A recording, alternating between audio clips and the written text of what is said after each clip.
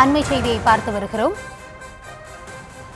டெல்லி காவல்துறையினர் வங்க மொழியை வங்கதேச மொழி என குறிப்பிட்டது தொடர்பாக தமிழக முதலமைச்சர் மு.க.ஸ்டாலின் கண்டனத்தை பதிவு செய்திருக்கிறார். வங்க மொழியை வங்கதேச மொழி என டெல்லி போலீசார் குறிப்பிட்டதற்கு அவர் தரப்பிலிருந்து கண்டன குரலானது எழுப்பப்பட்டிருக்கிறது.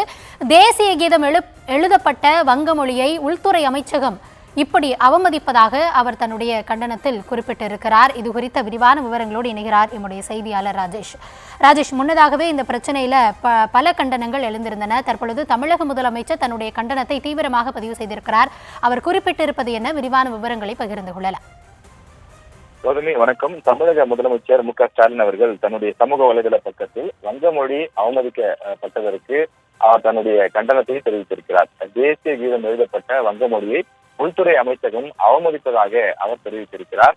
இது தவறுதலாக நிகழ்ந்த பிழை அல்ல எனவும் ஆட்சியாளர்களுடைய மனநிலையே அப்படித்தான் இருக்கிறது என்ற ரீதியில் அவர் குறிப்பிட்டிருக்கிறார். ஹிந்தி அல்லாத மொழிகளின் மீது மத்திய அரசின் ஒரு தொடர் தாக்குதல் போலத்தான் இந்த விவகாரங்கள் இருக்கிறது என்று குறிப்பிட்டிருக்கிறார். ஏற்கனவே தமிழ்நாட்டை பொறுத்தவரையிலே இருமொழி கொள்கை என்பதில் உறுதியாக இருக்கிறோம் என்று தமிழக அரசு அறிவித்திருக்கிறது. அதே நேரத்தில் நாங்கள் எந்த மொழிக்கும் எதிரி கிடையாது. விருப்பப்பட்டு படிக்கக்கூடியவர்கள் எந்த மொழியை வேண்டுமானாலும் படிக்கலாம்.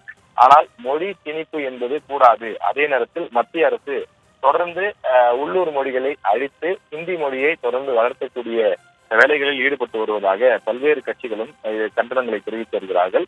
இந்த நிலையிலேதான் தற்போது எழுந்திருக்கக்கூடிய இந்த பிரச்சனை என்பது நாடு முழுவதும் தங்களுடைய உள்ளூர் மொழியை தாய்மொழியை நேசிக்கக்கூடிய கட்சிகள் மத்தியிலே ஒரு பெரும் கொந்தளிப்பை ஏற்படுத்தியிருக்கின்றது.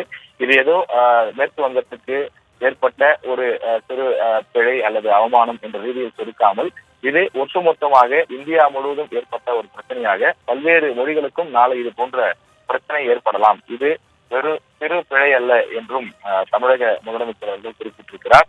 மக்களுக்கு ஒரு கேடயமாக நிற்கிறார் என்றும் பொருத்தமான பதிலடி இல்லாமல் இந்த தாக்குதலை அவர் கடந்து செல்ல மாட்டார் என்றும் மம்தா அவர்களுக்கு அவர் துணை நிற்பதாக முதலமைச்சர் மு.க.ஸ்டாலின் அவர்கள் குறிப்பிட்டிருக்கிறார்.